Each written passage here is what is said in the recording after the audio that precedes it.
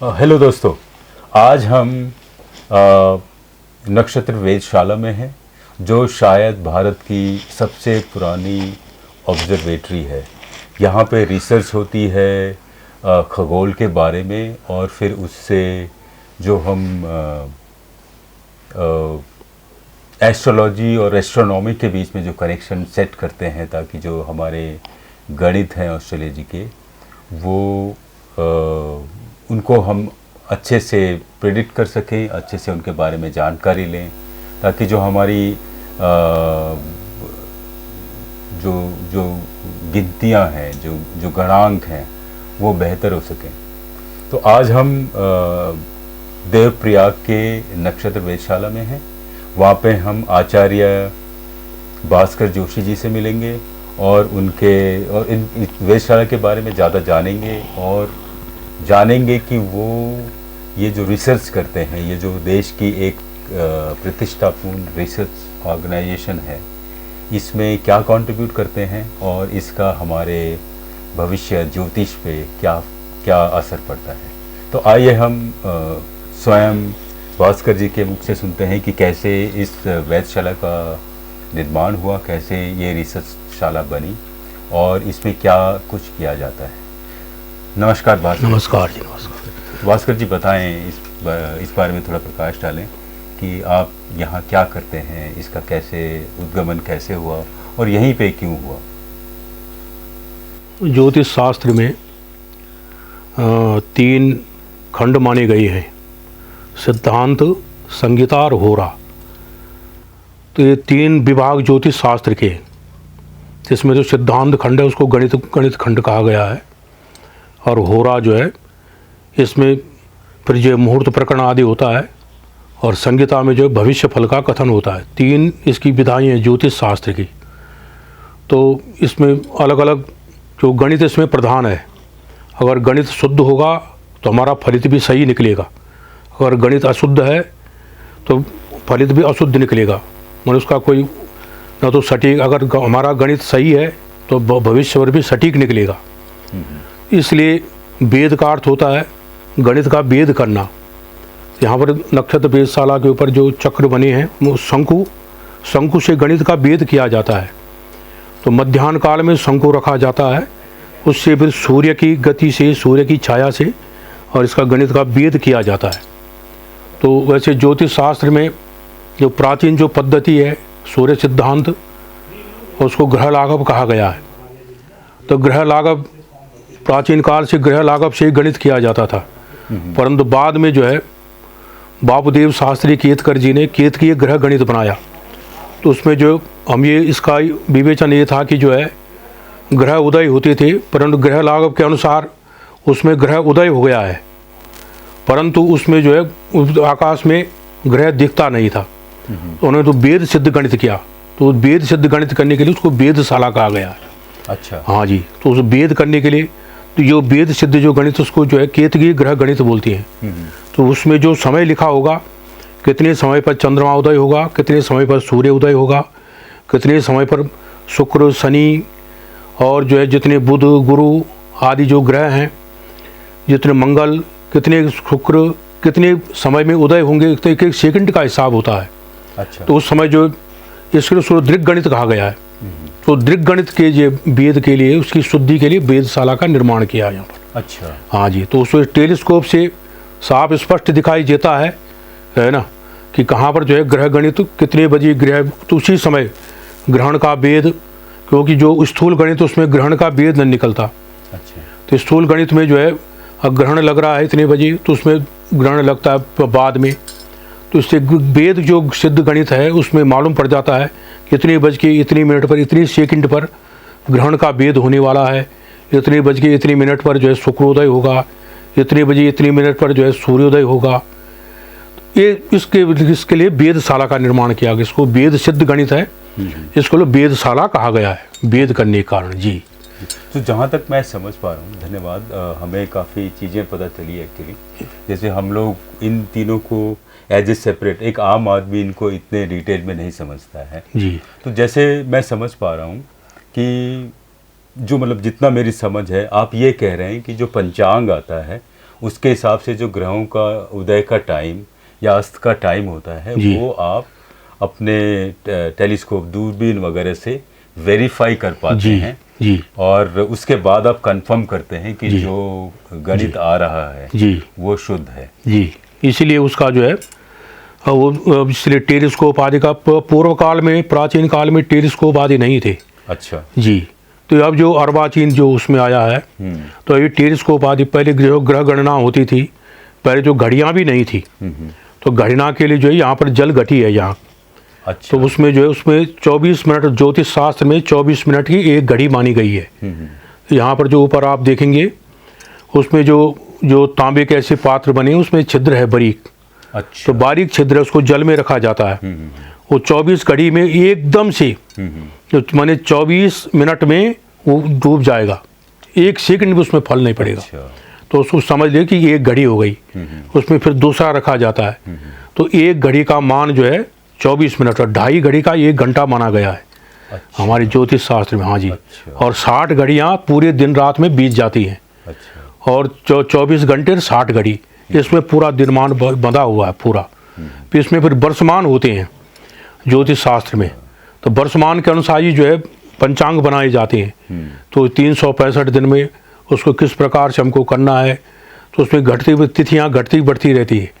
तो उसको दृग्गणित से और ग्रह लागत में थोड़ा अंतर पड़ जाता है। इसलिए केत के ग्रह गणित से, यहाँ भी केत के ग्रह गणित से जो है दृग्गणित, उसको माने दृग का अर्थ है देखना। अच्छा।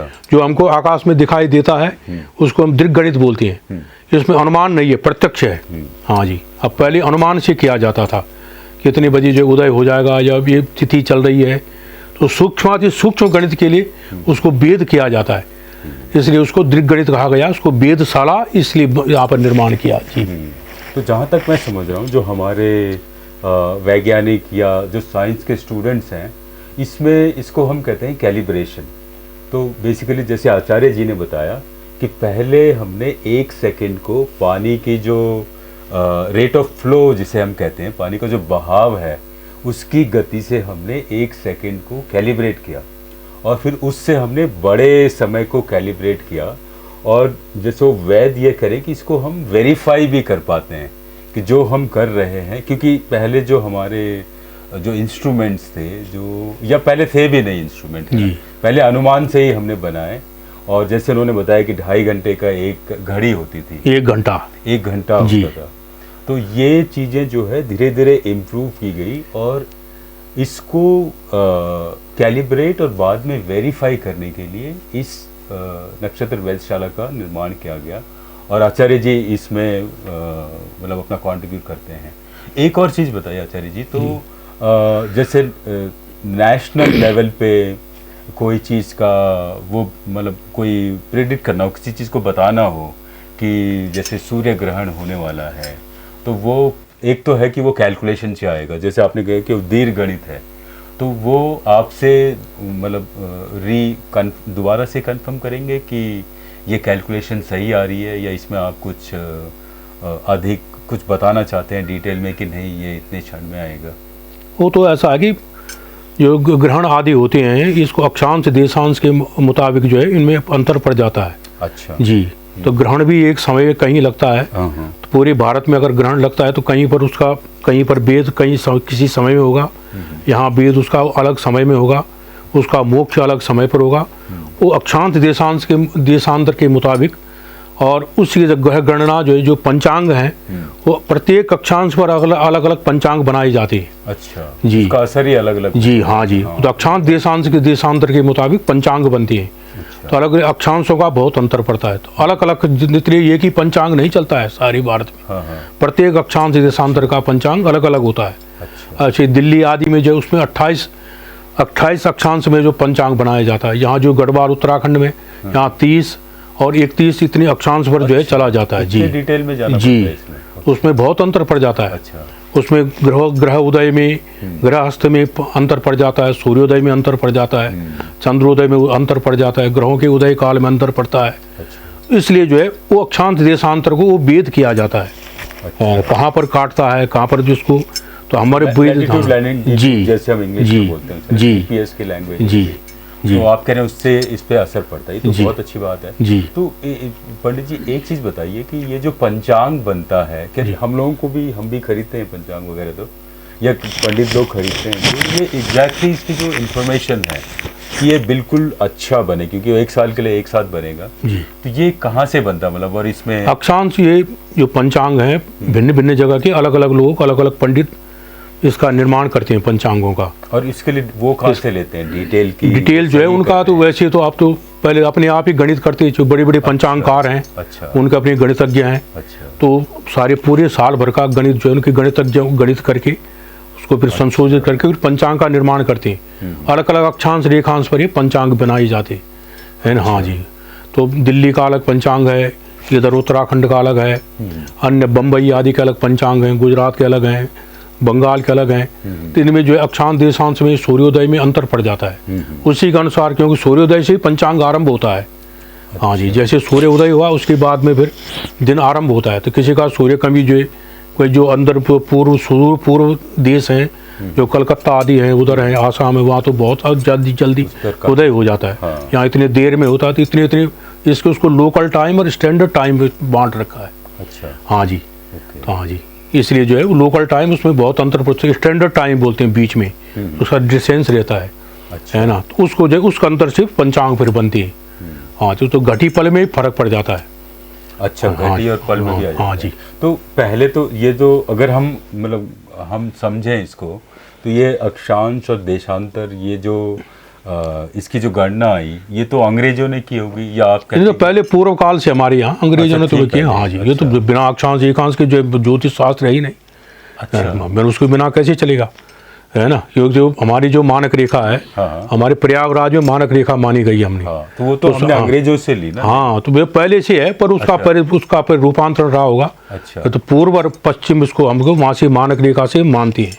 अंग्रेजों से पहले ज्योतिष शास्त्र ऐसा थोड़ी कि ज्योतिष शास्त्र बहुत प्राचीन विज्ञान है। हाँ, है ना। हाँ, बड़ा मेहर आदि हुए, सब हुए, ये अंग्रेज तो अभी आए हैं, है ना। अच्छा, तो बहुत प्राचीन, काफी एक्यूरेट था पहले। हमारा ज्योतिष शास्त्र भृगु संहिता आदि लिखी है। अच्छा, तो अंग्रेज तो अभी आ रहे हैं 200-250 वर्ष पहले। नहीं, लेकिन हम सब लोगों का एक्चुअली ऐसा नहीं, लोगों के प्रचार नहीं था लोगों के में ना। अब आम लोग जानते हैं कि ज्योतिष शास्त्र केवल पंडितों तक इसका प्रचार था। फिर ग्रंथ भी संस्कृत में थे। अब भृगु संहिता जो ग्रंथ आप देखेंगे उसमें 3 जन्मों का विवरण है पूरा। तो बिना उसके थोड़ी जाना जाएगा फिर, है ना। तो गणित की शुद्धि के लिए अंग्रेजों ने, इन्होंने विदेशी ने थोड़ा सुविधा कर दी है, जिसको ज़्यादा गणना में समय लगता था। अब उस जो इतने इंस्ट्रूमेंट हो गए हैं, इतने यंत्र हो गए, उससे थोड़ा सरल हो गई है गणना। कंप्यूटर आदि से गणना सरल हो गई है। इसलिए पहले गणित करनी पड़ती थी, हजारों कोष्ठक निर्माण करते तब पंचांग बनता था। पहले हमारे यहाँ पंडित लोग तो वह अपने हाथ से प्रत्येक पंडित अपने अपने पंचांग अपने घर में बनाते थे। और पहले ऐसे छपते नहीं थे। अब अभी यहाँ प्राचीन पंचांग पर ही है। तो हमारे जो पितामह आदि प्रपितामह जितने हमारे परदादा दादा अपने हाथ से पंचांग बनाते थे, उसके अपने अमीर केवल पंडितों के तक ही सीमित था केवल पंचांग आदि। अब आम जनता औरों को कोई इससे प्रयोजन नहीं था। क्या है कि केवल तिथि बार आदि का प्रयोजन लोग लगते थे। तो पंडितों को ही पूछे आज क्या तिथि, आज क्या है, तो पंडितों से ज्ञात होता था। पहले इतना प्रचार भी नहीं था, पर गणना पक्की थी।